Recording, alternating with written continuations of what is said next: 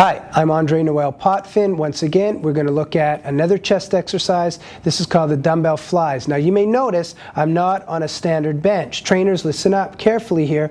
The reason I'm not on a bench is because most of your clients starting off are in space with their joint, their shoulder joint, and when they have no reference point to go by, they are at a higher risk for injury. So I created this dumbbell chest fly on the floor, and it protects everybody when you, the trainer, are not there the next day when they wish to do this exercise on their own.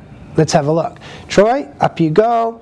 And slight bend in the elbow. We know why. Protects the elbow joint. Down we go, down we go, down we go. Lower, lower, lower, lower, lower. Notice that the dumbbell is going to get to about 1 foot 8 inches off the floor, somewhere in there. But the humerus is parallel to the floor. The shoulder joint is now well protected. Troy, collapse. Look, the shoulder joint is still protected. The dumbbells go down. Hey, gym owners, think about it.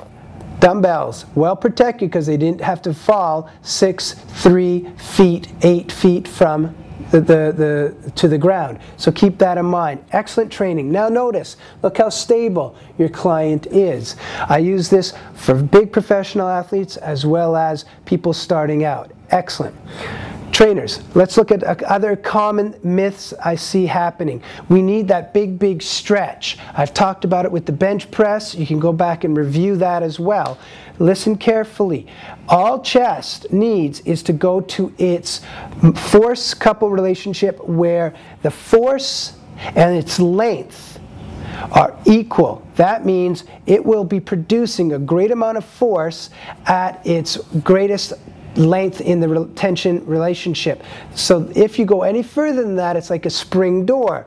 So what you've just done is, yes, you're going for the greater range of motion, but you're wearing down the joint. The joint capsule is like the soft rubber you see on a standard stick shift. When that starts to tear, that does not heal easily. And so what you end up doing is, just like a ship's rope, holding it to dock, it starts to fray. And when it frays and frays, then that's when you notice all of a sudden a big rope all of a sudden snapping when the ship is at dock under very calm seas. Why did that happen? The same thing happens in the shoulder. Just because you don't feel it doesn't mean it isn't wearing away. So keep in mind, you want to get the training effect, spare the joint. Now if Mongo just happens to have the genetics that allow him to get a big stretch and still overload, that's great. But keep in mind one thing. There is always the breaking point, no matter how big, no matter how strong. So all you got to do is walk around the gym and ask all the real big boys how many of their friends have hurt their shoulder joint, and they will all tell you it was in this deeper position on a high bench.